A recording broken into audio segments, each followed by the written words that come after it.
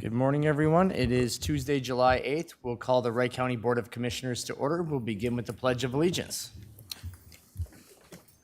I pledge allegiance to the flag of the United States of America and to the republic for which it stands, one nation, under God, indivisible, with liberty and justice for all.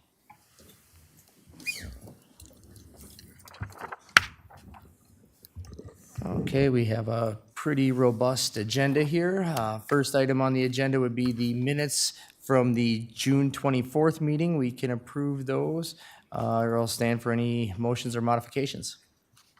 I'll make a motion to approve the minutes. All right, motion by Commissioner Dietrich, Second. second by Commissioner Moyna. Any further discussion? Hearing none. All in favor, say aye. Aye. Opposed, same sign. All right. Minutes are approved unanimous. Second, today's agenda. Would anyone like to add or may remove anything from today's agenda? Mr. Chair, I do have an addition I'd like to make. Under items for consideration, it's a purchase agreement between Wright County and French Lake Township for the old highway shop in French Lake Township, PID 209-000-153-406. Okay, so the French Lake Shop as items for consideration A4.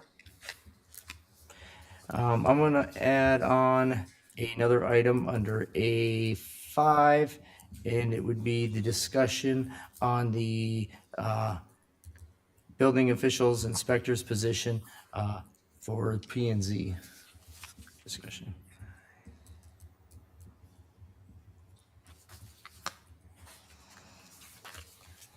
All right. And with that, is there any other modifications? I'll stand for a motion to approve the agenda as presented. So moved. I'll second. All right, motion by Commissioner Shane, second by Commissioner Holland. Any further discussion? Hearing none, all in favor say aye. Aye. Opposed, same sign. All right, agenda approved unanimous. Today's consent agenda, would anyone like to remove anything from today's consent agenda for further discussion? If not, I'll stand for a motion. I'll make that motion. I'll second that. Motion by Commissioner Shane, second by Commissioner Holland to approve today's consent agenda. Any further discussion? Hearing none, all in favor say aye. Aye. Opposed, same sign. Consent agenda approved unanimous. Now on to timed agenda items. First one here, we have Chad making his way to the podium on Resolution 2539, requesting variance for State Park Road. Morning, Chairman, Commissioners. Yes, this first item is Maple Lake Township received a State Park Road account grant. With that comes they have to meet state aid, a certain set of standards, but if you've driven that road, it's a dead-end road to a DNR boat launch, a lot of homes, very hilly.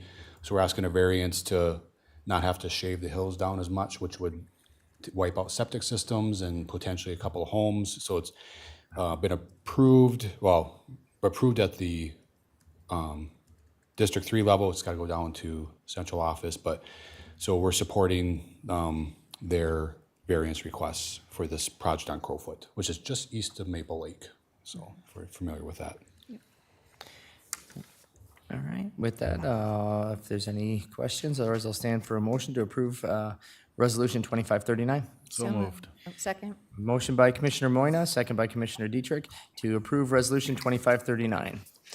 Any further? All right. All in favor? Oh, resolution. Commissioner Moyna. Aye. Aye. Aye. Aye. Aye. All right. Resolution passes unanimous. And now we have the contract for Corinna Township. Yes, and I apologize. Originally, we put in Maple Lake by accident. We had two township items, so Mark was able to correct that last minute. So I apologize for that error in the original agenda item. But Corinna Township, this is another state park road account project. Finally got to the point where we could bid it. Had a lot of issues with MnDOT working through some variance requests. This not a little more complex than Maple Lakes, but we're there. Township got good bid prices, and will be the fiscal agent for that project because of the grant funds. So, Thank you for working with Corinna Township. Appreciate it. thank you. Very good. I'll stand for a motion to approve the contract with Knife River. So moved. All right. Second. Motion by Commissioner Dietrich, second by Commissioner Moyna. Any further discussion? Hearing none. All in favor, say aye. Aye. Opposed, same sign. All right, contract approved unanimous. Thank you, Chad. Thank you. Moving along well, and look at this, Mr. Detchen is here just in time. He loves to come and visit us. He always has such a big smile on his face. It means he loves what he does. Good morning, Mr. Chair, members of the board. So yeah, we have an item today to schedule a public hearing for August 14th at 1 p.m. From my understanding, you guys did discuss this a little bit at a special session last Thursday. Is that time still work well? Yeah, Mr. Chair, we tabled this from last Thursday because we weren't sure if we would have a quorum if we had a meeting for CD19 on August 14th, which is a Thursday, I believe, at 1 p.m. So if that works for a We had two- majority of the board. Yeah, I think we had 2 and 2, and we just We were needed. waiting on Commissioner Dietrich to find out if you can make August 14th at 1 o'clock work. Oh, yeah, that's fine. All right. Then I think we're good. And I missed Teddy. With that, I'll stand for a motion to set the public hearing on County Ditch 19 for the repair report on August 14th at 1 p.m. in this room. So moved. All right, motion by Second. Commissioner Shane, second by Commissioner Moyna. Any further discussion? Hearing none. All in favor, say aye. Aye. Opposed, same sign. All right, motion passes unanimous. Thank you. And I think we're fair enough close. We'll move on to our Health and Human Services portion of our meeting here. So first item on our Health and Human Services agenda is the consent agenda. We have one item on the consent agenda. Stand for any motions. I'll make a motion to approve the consent agenda. Motion by Commissioner Dietrich. Second. Second by Commissioner Shane. Any further discussion? Hearing none. All in favor, say aye. Aye. Opposed, same sign. All right, motion passes unanimous. Now moving on to our timed agenda item. First item on there, we have a tobacco license here for discussion. Sarah, do you have any information you want to add on to it? Otherwise, I can. No, we just have a denial. It's too close to a youth-oriented facility. Mr. Chair, this is a resolution. Correct. Thank you. Yeah, So Mr. Chair, that- it seems pretty Yeah, the straightforward. So information, it's cut and dry, so it's more of a black and white I'll decision. make a motion to approve the denial of the tobacco license. I'll second. All right, motion by Commissioner Dietrich, second by Commissioner Holland for the denial of the tobacco license. Is stated here for costless tobacco shop. Any further discussion? Hearing none. All in favor, say aye. Oh, it's a resolution, I'm sorry. Commissioner Shane. Aye. Aye. Aye. Aye. Aye. All right, your resolution passed unanimous. Second is another resolution here for the hearing officer's recommendations to suspend VIP tobacco for 7 consecutive days. There was quite a robust notations and information provided within the packet regarding this hearing. Yes, Mr. Chair, that's correct. This was presented to the hearing officer, Scott Anderson, who the board previously appointed as the independent hearing officer in these matters. I think his findings of fact and conclusions are well-reasoned and have a solid basis, which I'm sure the board has reviewed in their entirety. So if it meets the board's approval, we can adopt the resolution affirming the findings. At this time, I will stand for any motion or discussion on the hearing officer's recommendation on the suspension of tobacco for 7 consecutive days. Motion to approve the recommendation. I'll second. All right, motion by Commissioner Moyna, second by Commissioner Holland. Any other discussion? Hearing none. Resolution vote, I vote aye. Aye. Aye. Aye. Aye. All right, motion passes unanimous. Thank you. Thank you. And we are too early for our public hearing. We will move down to items for consideration. We'll come back to the other ones. First item on items for consideration would be to authorize of signatures between Wright County and Wright County Soil and Water on a lease agreement. Yes, Mr. Chair, this is in light of the county's purchase of the building that Soil and Water is located at 311 Brighton Avenue. This is just restating the lease now that the county owns it, putting in the county's name, and just basically a formality in the process. Very good. There's no really change in terms of anything that we aren't aware of from previous discussions, so with that, I'll stand for a motion. I'll make that motion. I'll second that. Motion by Commissioner Shane, second by Commissioner Holland. Any further discussion? Mr. Chair? Yes. Just real quick, we are negotiating the other tenants for that at least as well. The other one is with the United States federal government, the USDA.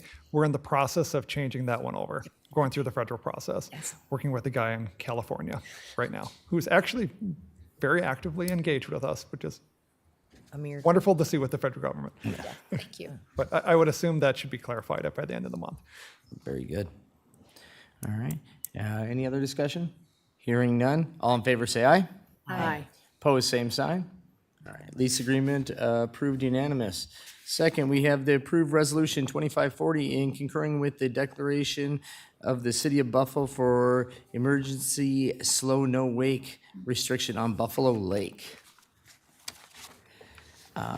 So administration, do you have any background on it otherwise? Yes, Mr. Chair, Commissioner Diedrich brought this over to administration's attention, and we worked with the city of Buffalo and learned that they were adopting a emergency no wake restriction on Buffalo Lake because the lake was at, I believe, 918.5 feet, which I believe actually put some of their infrastructure a foot underwater that they have around the lake. So the city of Buffalo enacted a no wake restriction out to 600 feet around the entire lake. In light of the fact that Buffalo Lake is actually cross-jurisdictional, it's part city, part township, that for this to be fully in effect on the lake, the county has to concur with it.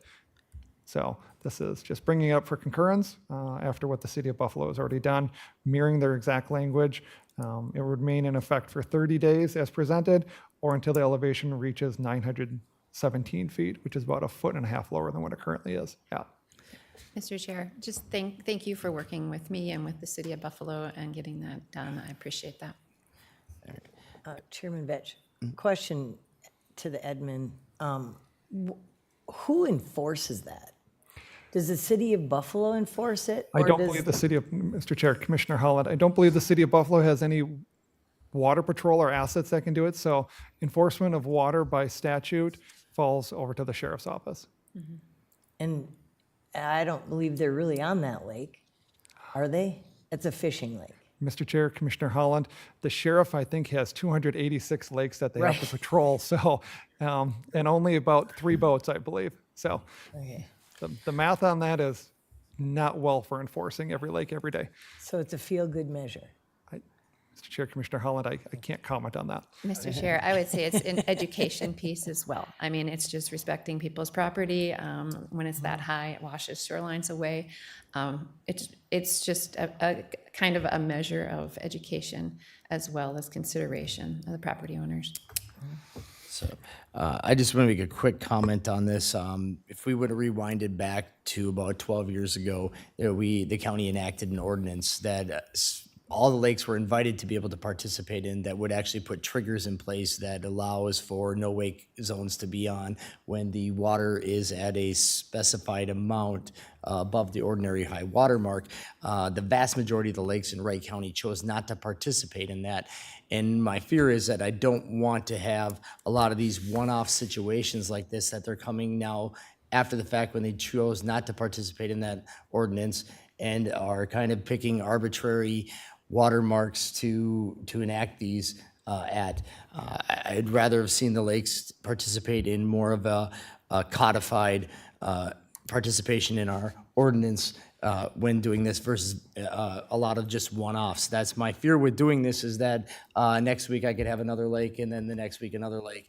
And when all actuality, they should have gone through the process of actually getting included into our ordinance, either going forward, or they should have done it on the front end. But they still could at any time look for apply for an ordinance amendment to be included in that. Correct, Administrator Kreiser? That, Mr. Chair, that is correct. We did go through a process about 11 years ago where we expanded our no wake ordinance, and Buffalo Lake was one of the lakes that would have been receiving that notice, and they did not reach out to us to create a permanent no wake. And I think this is nice from an educational standpoint, but I also know that this generates a lot of phone calls into dispatch on complaints on a situation where we have a very limited resources to enforce it. So wanting people to understand that this is more of an educational tool. We definitely don't want to be tying up lines with people calling in to report wakes in no wake zones, because our ability to get out there will likely be in the hours, not minutes, and they'll be long gone, and it'll be almost impossible for us to write a citation for that. So wanting to make sure that we're doing this and letting people know that this is for more of an educational purposes and more for a respect of the landowners around the lake and being respectful to their property. Thank you. All right. Mr. Chair, I do need to correct one statement I made earlier. I believe I said that it would go off at 917 feet. I apologize, I was looking at the wrong part of the resolution. It would be in effect for 30 days or until the water level reaches 916.5 feet. So 6 inches higher. All right. So with that, I'll stand for any motions or discussions on Resolution 2540. I'll make a motion to approve that resolution. We have a motion by Commissioner Dietrich to approve Resolution 2540. Second? I'll second. All right, a second by Commissioner Moyna. Discussion. So I know that we talked that the sheriff's office would be responsible for enforcing this. I assume we've been in contact with them, but has the city been in contact with how this is going to be enforced? And is there any form of a game plan that they have made? I know that you said that there's 3 boats and there's a lot of lakes that they have to patrol, but if they're putting this one off, and it is incredibly high. I mean, driving around the lake, the water is, I mean, there's a lot of boat landings and docks that are underwater. But I mean, have they been in contact with the sheriff's office about what they want to see done or how they can best be served by this? Mr. Chair, Commissioner Moyna, to the extent of whether or not they've been contacted, I believe, yes, the City of Buffalo has contacted with the Sheriff's Department and has informed them about their resolution. I have told them that this is going to be on the agenda as well. To what extent that they will do, and to further elaborate on the question you had, I don't have that information. Enforcement rests solely with the Sheriff's Department. So how they do it and their means and manners of doing it, I have not had discussions with them to that level of detail. And I don't believe the City of Buffalo has either. Commissioner Vetch, I was sitting on Pulaski Lake the 4th of July, and I can tell you that is extremely high as well. And that was one heck of a busy lake, and there was no abiding by any wake zone there. And there was no, all of our water patrol, I'm assuming, was in Annandale because there was a lot of people in Annandale for the weekend. And I just feel like this is very onerous on our sheriff's department. Because yes, there will be a lot of phone calls. It will generate a lot of angst amongst the boaters and the homeowners. So yeah, I feel like, well, I'm with you, Commissioner Vetch. I don't want all these lakes to be coming to us, with really nothing for us to be able to do on their behalf in enforcing it. And I appreciate your comments on it. I feel in that side of it that we want to be a good steward in helping people and encouraging people to be respectful neighbors to each other. But at the end of the day, enacting this, I want people to understand our ability to enforce it is very little to almost non-existent.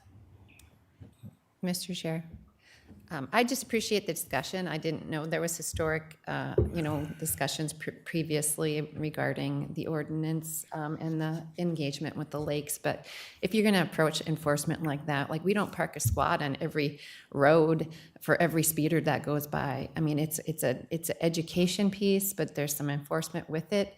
And this is it's historically high levels of water on a lot of lakes. And it can be a lot of damage with the wake boats and just the activity. And this is just a balance between that. I don't think that, it's all the time. Hopefully the water recedes and, we're back to normal, and it's only within certain feet of the shoreline that no wake zone is allowed or is enforced. If you're out in the middle of the lake, you can have fun.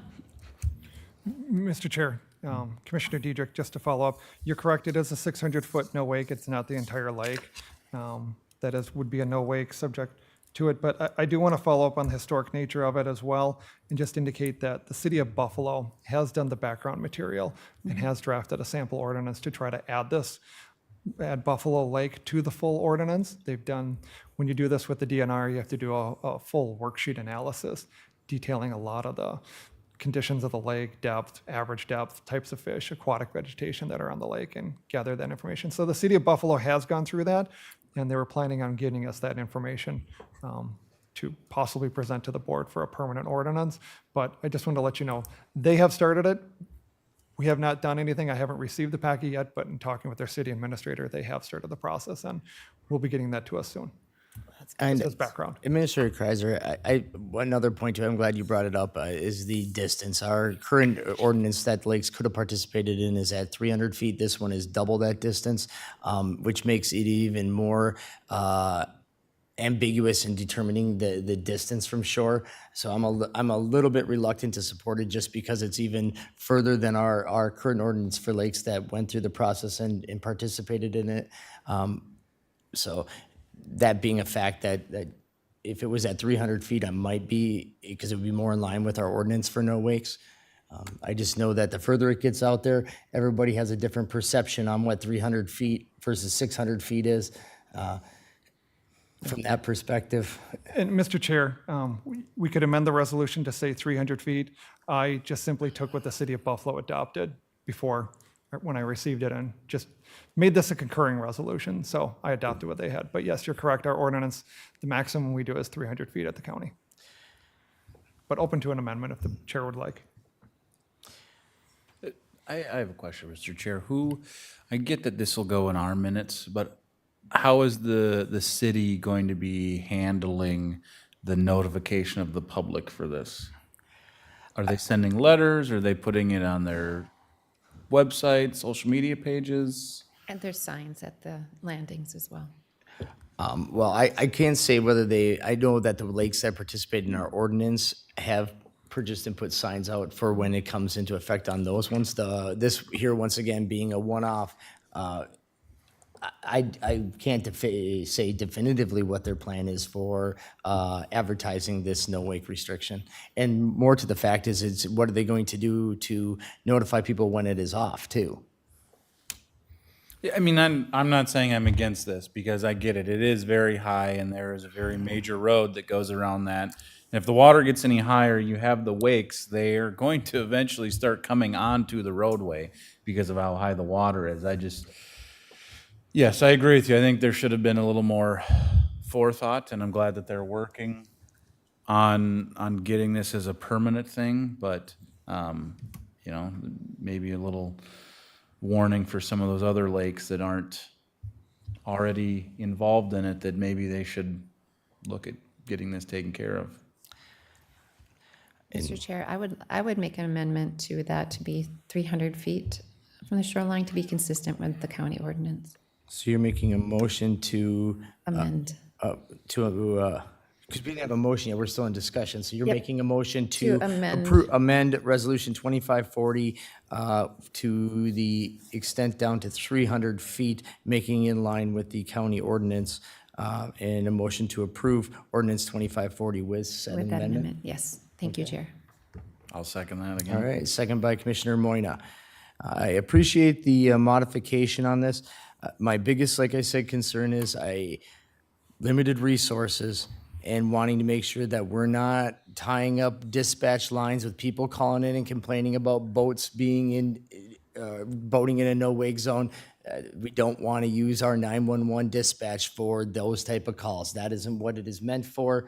And this is my concern with it, is that these type of ordinance end up flooding dispatch with calls, and now all of a sudden somebody who's having a heart attack can't get through, and that's what I want to prevent happening.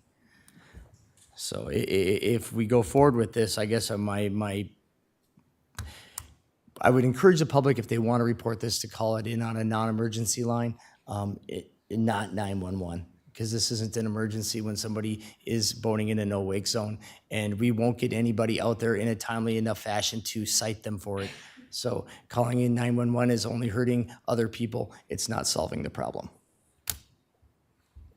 And I agree with that. All right, so we have a motion by Commissioner Dietrich, second by Commissioner Moyna for Resolution 2540 with the amendment reducing the no-wake zone from 600 feet to 300 feet. Any other discussion? Hearing none, resolution vote, Commissioner Holland. Aye. Aye. It's a hard one. Mr. Chair, I'm glad that you amended down to the 300 feet. I looked into this as far as years back. Again, I'm gonna go with what you said. I cannot have it use the emergency line, so I will be in favor of this one time. Aye.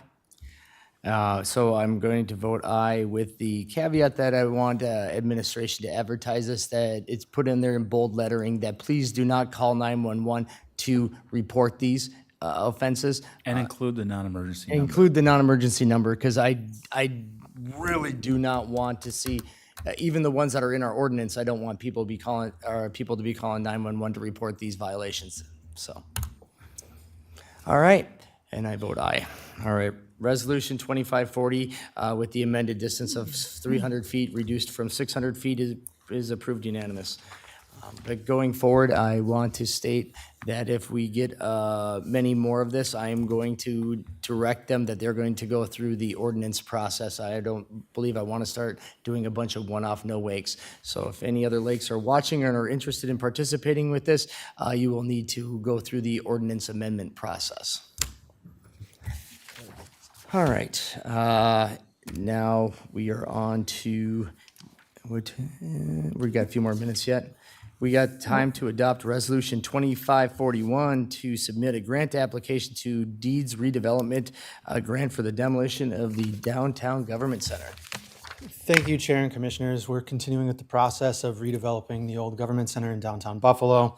As part of that, we've been working with Deed as well as the city and the developer to apply for this redevelopment grant in August of this year. So the deadline for it's August 1st. As part of this, we need a resolution from the county board stating that you're in favor of us submitting this application. We expect the total cost of this project to be about $2 million, of which we'll have to match 50% of it. So we're anticipating it'll be about $1 million for the county's match, which we plan to come out of county fund balance. Had a conversation with finance, and they believe that there's a healthy fund balance enough for us to be able to pull that money without impact to other projects that we're planning. So with that, looking for adoption of the resolution today, and other than that, I'd be open for any questions of the board. Mr. Chair, I been involved with this since the beginning, and it is so relieving to finally get this close. So I'm definitely in favor of passing this through 25-41, and so I would like to make this motion to move forward. I'll Motion second by that. Commissioner Shane, second by Commissioner Holland. Any other discussion? Mr. Chair, what would be the timeline with the application? When would we know and then move forward? Yeah, thank you, Chair and Commissioner Diedrich. We expect that we would know results sometime in the fall. They're not specific about exactly when, but I think it's usually September, October timeline when you get notice of award, which obviously would then mean we'd probably start. I'm guessing we'd start in the spring with something as far as a demolition. Yeah. There's also, if we don't get this round, there's another round for applications open in February of next year too that we would apply for if we don't get it this time. Sure. My concern is we're in the budgeting process. We're going to start, really digging into that and just being concerned that if there's, still some federal shifts that we're going to have to address, that $1 million match for this. I mean, it's better than paying the full price. So I absolutely support the grant application. I'm just concerned with the timing and how we're budgeting moving forward. So that's my only concern. Not being involved in this process prior to January, has there been conversations around this of that the county will get some of that back in when it's sold, because to me, this seems as though, and probably to many that will watch or read this in the paper, that we're doing a favor, for lack of a better term, for the developer so that they don't have to pay $2 million or even $1 million to demolish the current site that's there. I'm just curious how the So they're discussions have not been far around enough that. along if you'd like to, so we would be renegotiating with the developer if we were awarded and able to carry forward with this. Unfortunately, the developer isn't far enough along. They don't have site control to be able to apply for this themselves. And they need a government sponsoring agency to do it. So that is the reason we kind of went this route with it. We've been having ongoing conversations with the developer on this, so they're aware that if we are awarded this, that with the purchase price, that there will be a renegotiation. So, but if we can leverage some outside funds to be able to get this project to move forward on a more timely fashion, they're all for it, and we're all for it.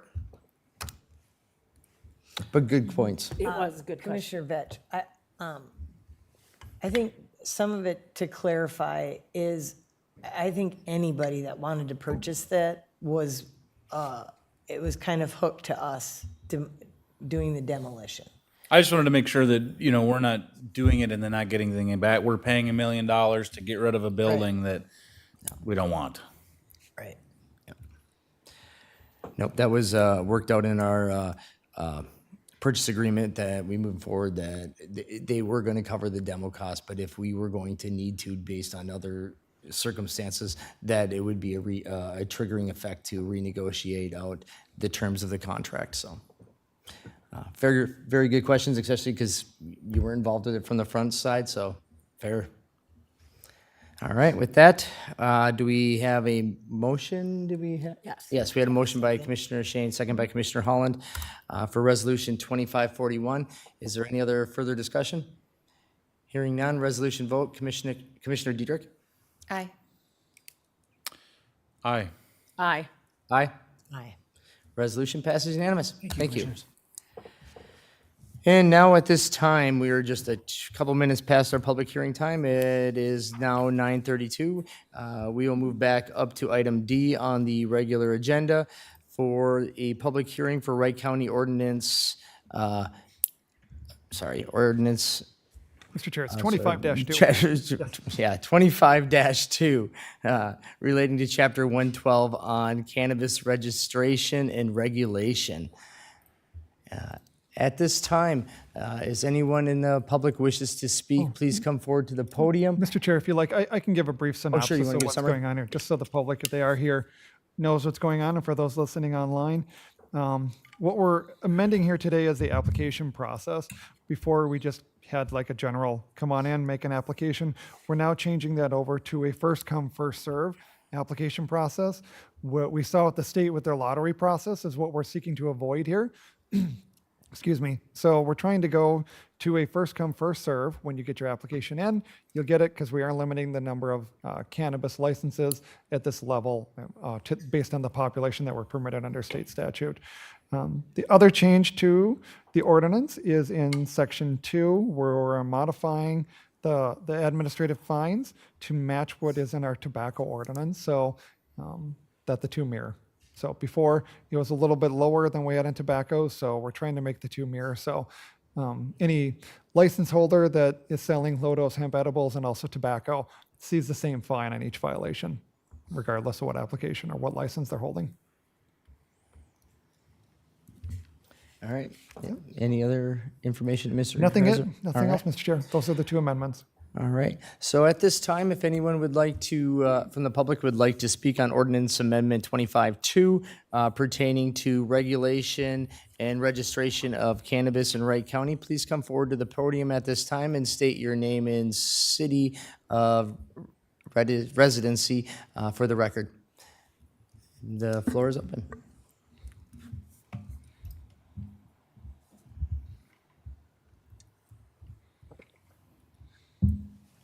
Walt Barlow from Middleville Township. We just have a few questions on how this is going to be enacted, okay? First of all, way we understand it is the state is going to issue a permit. The county is going to license the business. Now, being a township, if the business wants to be in, for instance, Millville Township, will they, I realize that because we don't have over 12,500 people, that we have to allow one business. Is that correct? That is correct. Okay. Does the county have zones that they're, like they have adult entertainment zones? Are they going to do something like this? Mr. Chair, I can maybe help address this. For the townships, you fall underneath the county's jurisdiction, where you have to have at least one within the county township areas. And Okay. we have that. They're underneath their planning and zoning. These are regulated. Want to say if you're a, Sarah, I'm going to get messed up the licensure. If you're a distributor or a dispensary, that's correct terminology. I believe we limited those to commercial and industrial zones. If you're growing, you're only permitted in industrial. It is not allowed in residential, ag, or ag. And they would, I don't have a microphone, excuse me. Sure. You know, and I'm not the planning and zoning director, to be clear. Sarah Grosha is public health. So they would have to go through the planning and zoning process prior to applying. Otherwise, because of the timeframes that we're held to by the Office of Cannabis Management, they would probably likely be similarly denied because we have to meet this 30-day timeline. Otherwise, they need not a conditional use permit. What is Barry using now? Interim use permit. Thank you. So they're not gonna, you would hear about it before it would ever Okay, come we to do our you. own planning and zoning. So you would likely need to have those regulations all written out in advance for what you want to accept. Okay. Thank you. And then the only other comment I had when I was going through your amendment on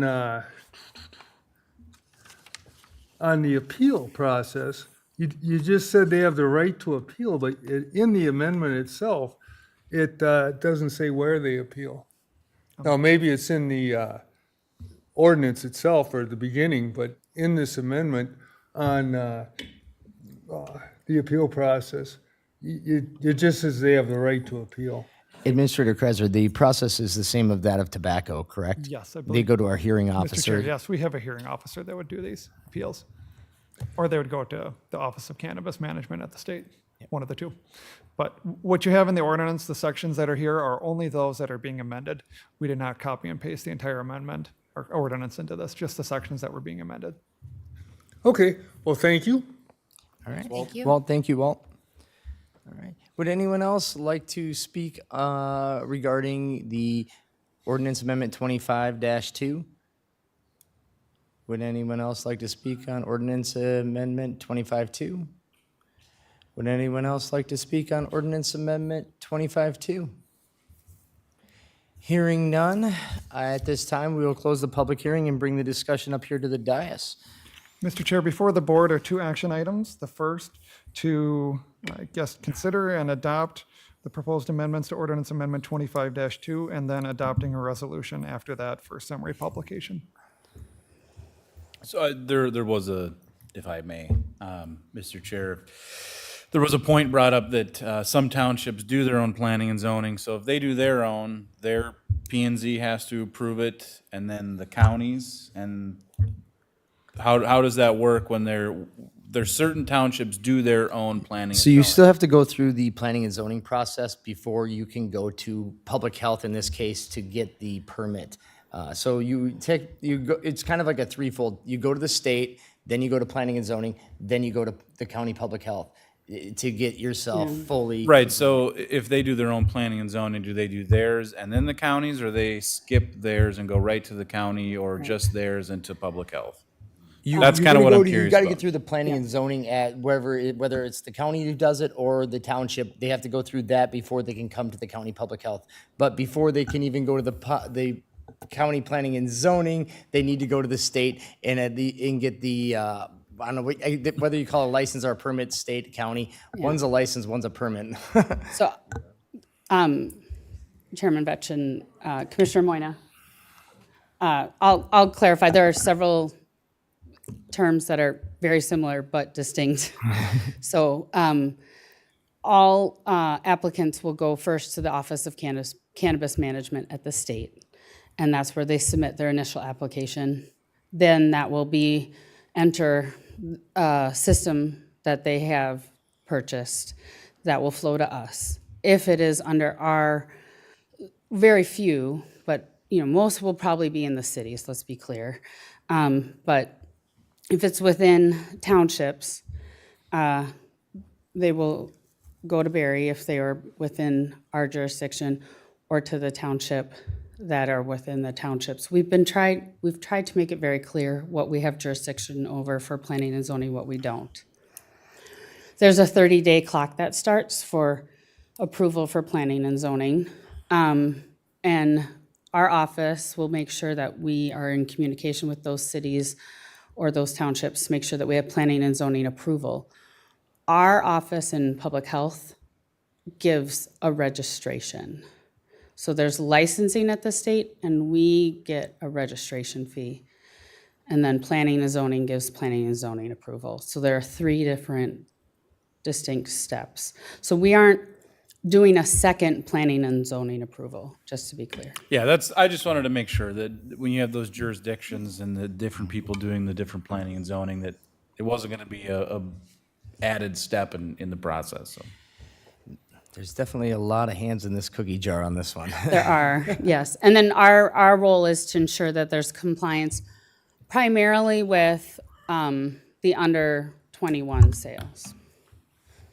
Mr. Chair, Commissioners, it's a complicated statute, obviously, and it's voluminous, but I think basically to answer your question, I think the type of business would have to comply with the planning and zoning in place, or they'd have to seek a change in the P&Z process.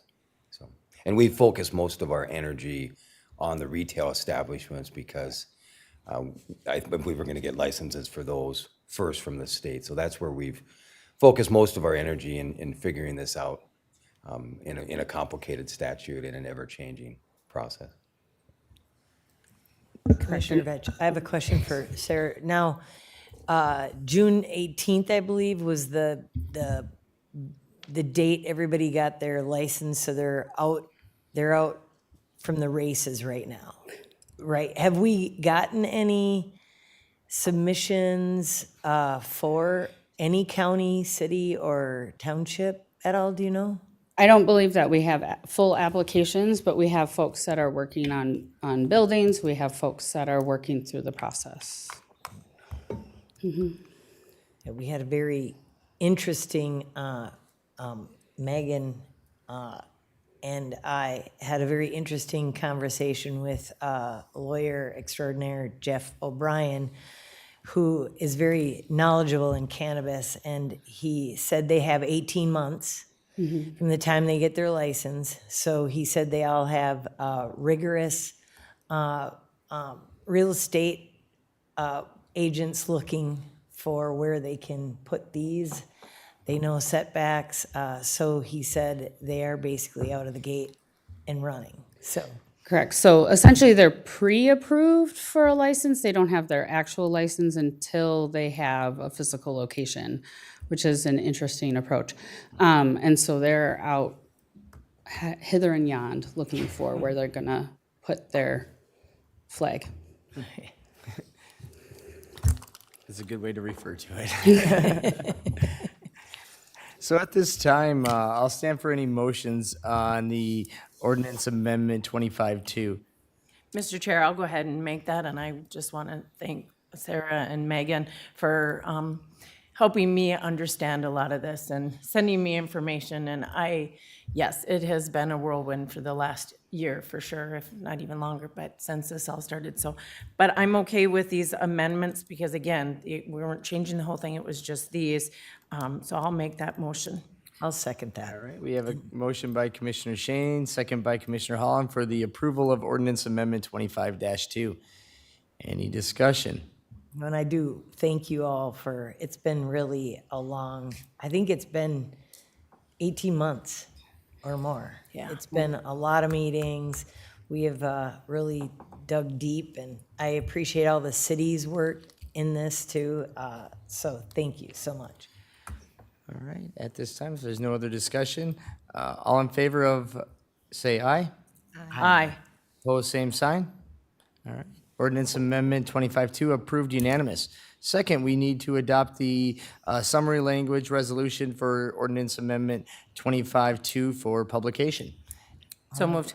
I'll second. All right, motion by Commissioner Shane, second by Commissioner Holland for a resolution for summary publication for Ordinance Amendment 25-2. Any discussion? Hearing none. Commissioner Moyna? Aye. Aye. Aye. Aye. Aye. Resolution passes unanimous. Thank you, Sarah. Thank you. Thanks, Sarah. And now moving back to items for consideration, we had two petitioned items on. First was the A4 French Lake Shop and authorizing signatures on the agreement with the French Lake and on the purchase of French Lake Shop. Yes, Mr. Chair, looking at entering into a purchase agreement with French Lake Township for the former French Lake Township Highway Shop. Purchase price of $110,000. It is for PID number 209-000-153406 in French Lake Township. Looking to close by the end of the month, hence why I had to petition this on Do we have the little documents? earlier. Are the documents included? They're not in the No. packet. No. We got it I late. just want, okay. Yep, So they want to close by the end of the month, so our next meeting is on the 29th, and I couldn't, won't give us the time I'd have period. to really move quite a bit with the title company to get this closed in 2 days.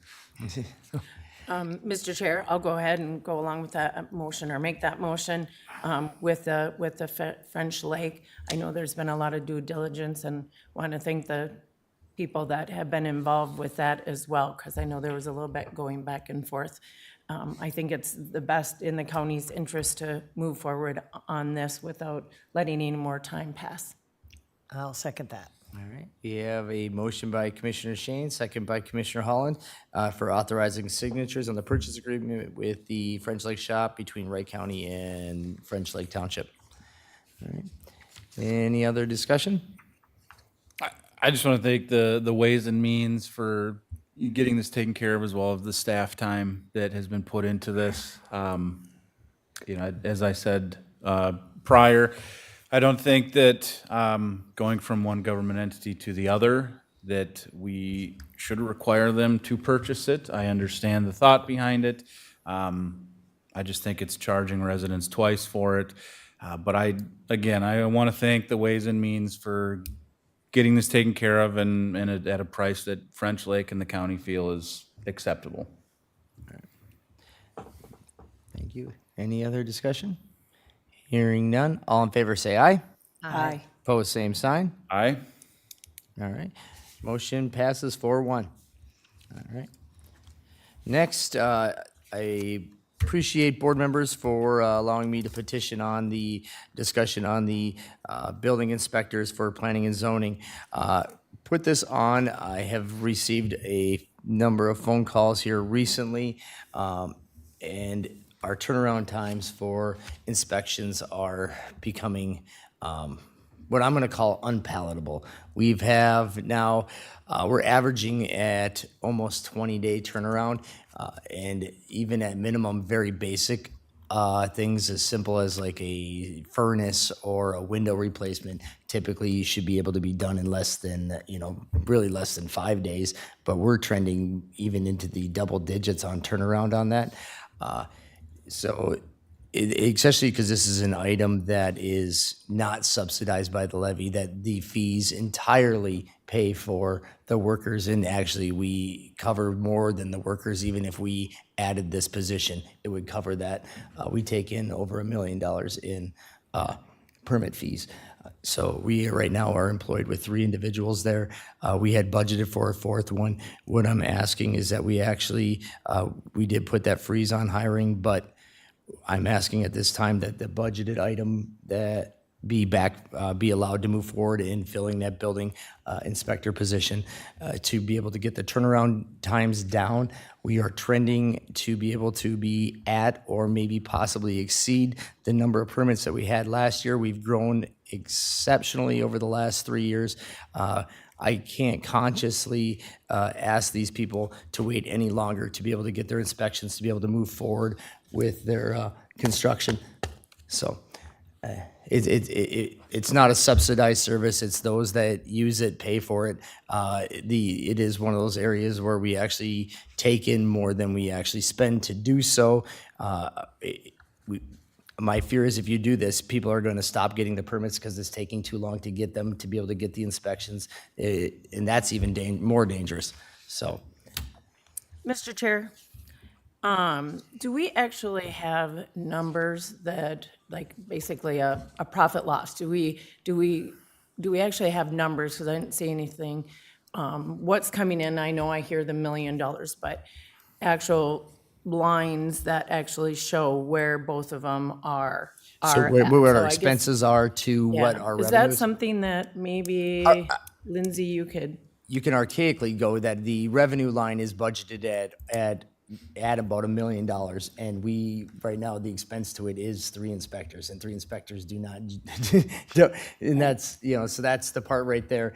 There's other pieces to it that you could tangentially, from an ordinance perspective, that you could tangentially connect to it. That there's other operations that within P&Z that may be applicable to it, but generally those fees are there to pay for the safety and security of the dwellings in the county and for the workers that make sure that the state building code is upheld in the county for the safety and security of citizens. So, Commissioner Vetch, this spring, I was the one that pushed forward a hiring freeze. I got a lot of pushback for it, but we didn't know if that county or if the state shift was coming our way, and we wanted to get to budget time. Now that big, beautiful bill isn't going to be beautiful for counties, and we know that there are going to be a significant amount of shifts coming our way because of that. And I'm just afraid that the floodgates are going to open. If we do a rehire here, then everybody's going to come and say, we need a rehire before we get to the, I'm already nervous about budgeting. I don't like budgeting at all because I would like to see 0 levy increase. So that's what scares me about this position, is yeah, I do feel it makes sense, but then at the same time, we're setting a precedent that any department can come up and say, okay, we need a rehire. We have been saying no, and we're 2 weeks into starting to go through that process. And so, I don't know, I'm really not in favor of doing this right now, just for the fact that we just don't know what's coming down upon our heads. Commissioner Holland, I appreciate your perspective, and I wholeheartedly, am upset over some of the cost shifts that we're getting from the federal government after we just barely scathed by, and wouldn't say we got unharmed by the state, but we were far less harmed than we were potentially facing. But now we're even harmed even greater from the federal government. But we can't. I'm more about we have to look at making where these cost shifts are more accountable for the lack of service. I get if we wanted to hold off on eligibility specialists that are processing SNAP applications because that's where a lot of the cost shift is. I can get that in holding off there. But these people that are doing, these construction workers, these people that are doing remodels on their homes, when they are paying the full fare for it and then some, they're actually subsidizing these other areas in here. And they are, I have the turnaround list here, and some of them are almost pushing 50 days. Like that is so unacceptable. You're telling people don't build in Wright County, or if you're doing it, just ask for forgiveness, don't get a permit. And that's, Mr. Chair, is there any way of streamlining the process, making this maybe a little bit more functioning I'm not sure of the department, but if that was one way. And again, my thought pattern is I just need to see, mine's more about the budget and where the department costs are. And if this truly is, we're, not mucking up some of the water by doing some of these hard things, streamlining it, basically. Are we making it more costly on ourselves? So then see what our permit revenue is bringing in to offset that. I guess I'd kind of really like to see numbers. So, and the biggest thing, and I get it, the two of yours don't have townships, so you have one township. one. You have no township. You wouldn't be likely to get as many phone calls as the other three of us on this. And the other side to this is that we made changes. We went for efficiency on this. We implemented software. Unfortunately, that efficiency that we went for was more efficient on the permitters, the ones that are pulling the permitters, by having online permits. We were allowing people to do it online from their homes. Now with that, it comes a little bit more work on our end, because when people put in information online, they sometimes miss things and we have to follow back with them. Whereas if they came to our window, we can ask for it right there, get clarification. So with the online side of it, we have a lot of backtracking communication with it, which takes us a little bit more onerous time. Also, because of the influx of permits that we've continually had, we don't have anybody that's actually working at the desk. All of our inspectors are out in the field. This other fourth position was intended to be able to have an inspector at the counter and in the office, working in sending back those responses to those online permits and dealing with the people that are coming to the counter. But right now, that's not happening. These inspectors, when they come back at the end of the day from the field, are actually working on playing catch up at that point, which ends up making our turnaround times even further out. I really understand the side of needing to be financially responsible and trying to mitigate these costs, but this is purely a game of these people are paying for a permit and they're paying for a service that we're not giving them, and we need to give them that service for those permits. That's plain and simple what it is. Again, Mr. Chair, I appreciate that again, but I'm just looking at the actual numbers I'd like to see. Can I add just a couple comments? Thank you, I appreciate it. I have gotten a lot of phone calls. They want to build their houses, and this is the time to build. So this is a timely issue. We have this budgeted for 2025. We did hire, even during our hiring freeze, driver's license center to address the needs there when that demand came high. And that's what we're doing here. This is a high demand and we need to address it. We hired in finance. We reorganized and we hired in finance and in IT. Those are some important, things that we decided we are going to go forward. I appreciate the soft hiring freeze, but again, we're looking at the growth in the county. We don't want to inhibit it. We want the inspectors getting out there, doing their job, and providing the service that we're required to do as a county. So I just agree that we want to do it well and encourage our county to keep growing.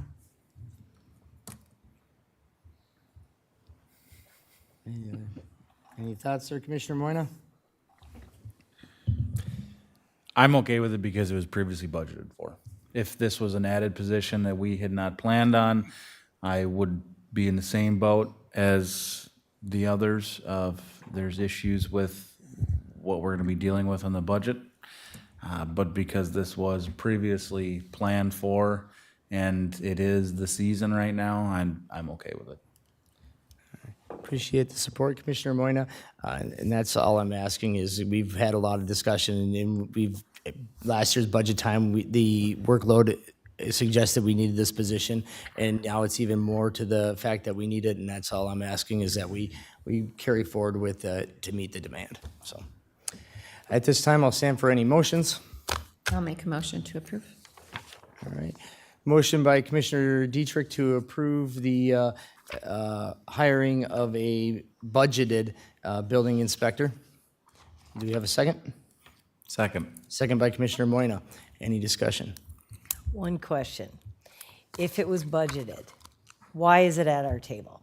This is what I don't like, because it makes us look like spending freaks. It's It's at, already budgeted. Why didn't we? So we we froze. have a soft freeze. If it was budgeted, we should have went ahead then and filled that position. So now it's at the table, which really bothers me, because it makes us look like, okay, we have a freeze, but oh well, we really don't have a freeze. That's my thing, and so for that reason, I vote no. So with that, I can respond to it, and I get it. We have a very dedicated, hardworking planning and zoning director, and he tried to hold out as long as he could. He waited to the busy season to hire into this position because he wanted to save as much county dollars as he possibly could. But when he got to the point where he wanted to hire it, we put the freeze in place because he's like, well, I don't want to hire it in February because I didn't need it at that point. It was more of a he meant his intentions were good for the citizens of the But county. building starts in April. Yeah. Yeah, I'm just saying I'm that, just- you know, I'm the just saying it's discussions very that I've had on it, so. And then fair enough, so.